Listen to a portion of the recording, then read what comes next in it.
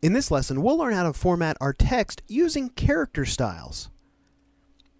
Alright, so in the previous lesson, we finished adding our text content to our brochure. Now we haven't begun formatting the text, applying different typefaces and sizes and everything to this content, but we've finished positioning it and we've established a nice composition for each one of these spreads, and there's really nice balance and really nice flow to each of these spreads. So, it's time to start really making this look nice, really fine-tuning it. And, in looking at what we've got here, I think that the first thing I notice about this is that the headers carry absolutely no visual weight. They don't pop off the page at all. They don't call attention to themselves. They seem to blend in with the body copy. And, the purpose of a header is really to jump out and begin a new section in this brochure. So, let's go ahead and open up some panels that are going to help us in this lesson. And under the Windows drop-down menu, I'm going to open up several panels really fast here. So I'm going to go under Type and Tables first.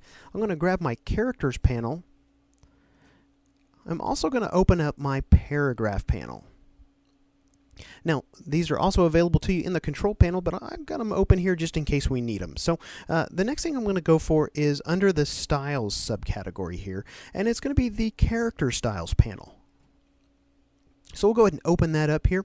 Now, in opening up that panel, notice here that we already have a little folder in it. It says Styles for Word RTF Imported Lists. And if we twirl that down, it says there's one inside that says Word Imported List Style Number 1.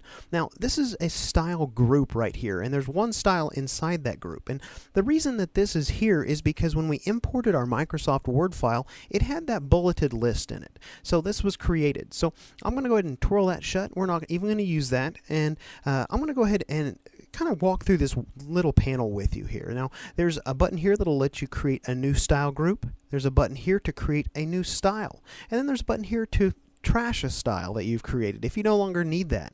So we can also come to the flyout menu here and choose New Character Style. We can load character and text styles from other InDesign documents.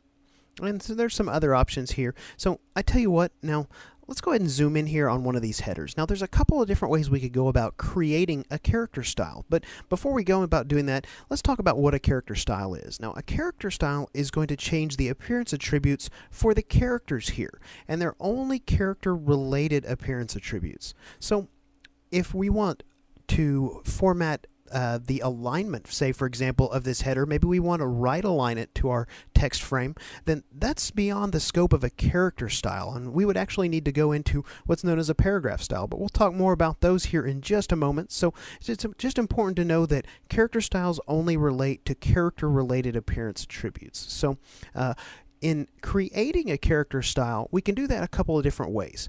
We could go ahead and just hit the New Style button right here, and we could go in and set it all up from scratch. Or we could come in here and make some changes to some text. Maybe we change the typeface, we change the size of it, changing the tracking and the leading a little bit.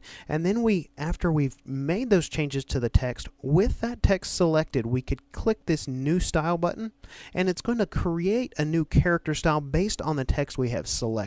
So simple enough, right? So let's just go ahead and do this the easier way here. Let's go ahead and just create a new character style from scratch. So I'm going to go ahead and hit the New Style button here, and notice that a new character style number 1 has been created. So let's go ahead and double click on that style here. We're going to get our Character Style Options dialog box. Now, there's a lot of different options here, but I don't want you to feel intimidated by this dialog. We're not going to go through all of these, and it's not important that you know and understand all these options to be able to create a character style. So the first thing I'm going to go ahead and do is name my character style. I think that's important because when you begin working with several of them, you're going to need to know what character style does what. So let's just call this character style Header 1. Now we're going to go ahead and skip over here to the basic character formats area here. So you can see that our style name is listed at the top there, and we have some typeface related settings here. So we could choose our font family, our font style, size, leading, kerning, so on and so forth here. So I tell you what, let's come in here and let's set the font. Let's go ahead and apply a font here. Now I'm going to go ahead and just let you know that all the fonts I'm using in this course are actually free fonts, but I'm not going to be able to redistribute them and include them with this course in the project files. What I will do for you though is I'll include a text file that has links so that you can go out and download these fonts on your own. So I tell you what, let's come in here and let's apply the typeface Railway. And if we look here, as far as style, we only have one style here.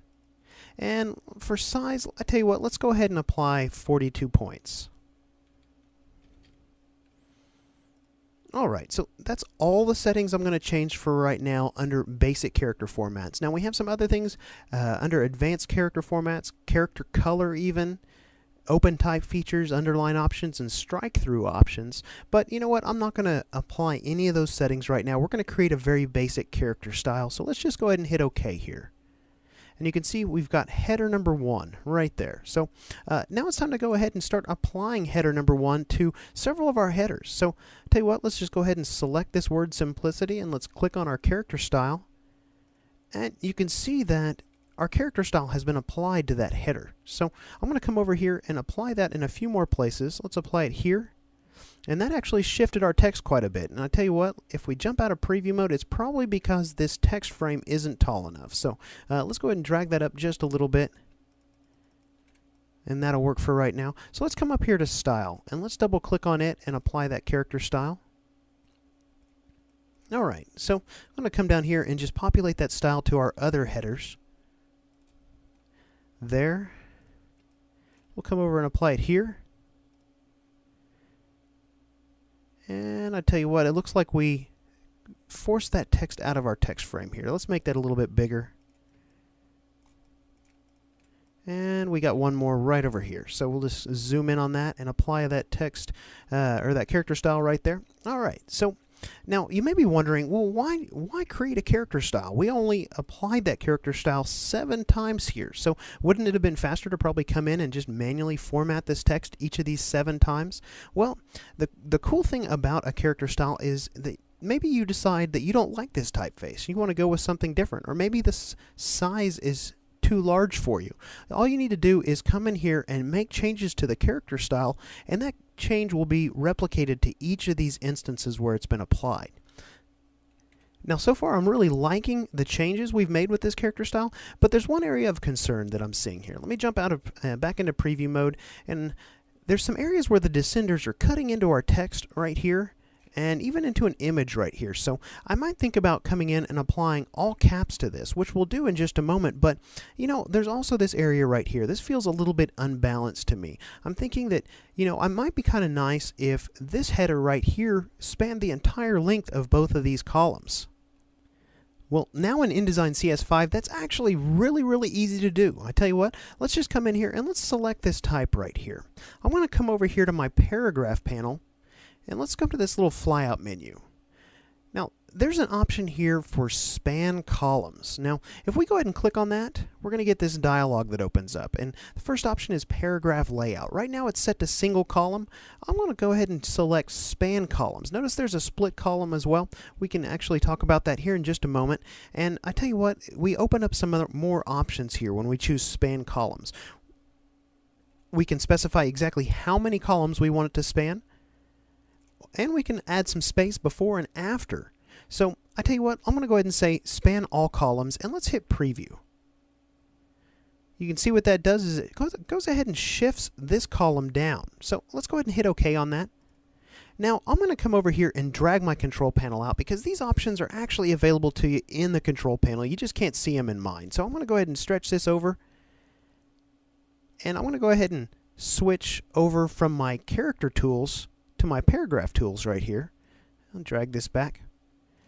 And right here, you can see next to our column settings, we have a span option here. So I want to drop that down, and right now it's set to span all. So we can actually access similar options here right from our control panel without ever having to access that separate dialog window. So you probably have those in your control panel. Check them out.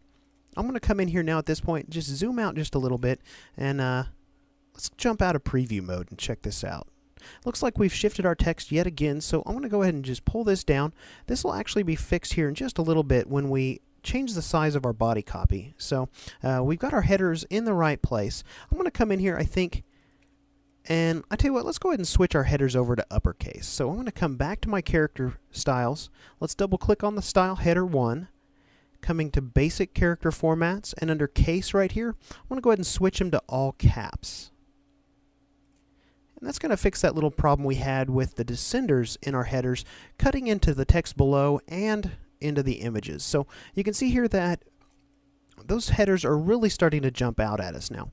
But you know, there's one area here that I think we can use a similar command to that span all command to help us with our bulleted list. Now, I'm going to come in here and let's just go ahead and select our bulleted list. And let's go ahead and just look at the control panel again. Let me drag that out. Now, there's another option in this drop down. Not only do we have span options, but we also have split options. So I'm going to go ahead and select split to here because I want to split this single column text box. You can see that here, it's one column. I want to split that into 2 columns. Just like so. Now you see here that nothing appears to have changed. Let me drag that control panel back up, grab my selection tool. But you know what? If we actually resize this text box, you can see here now that our bulleted list is going to span 2 columns instead of just 1. So we're actually going to reduce the size of that. So I tell you what, let's go ahead and zoom back out here. Go back into preview mode.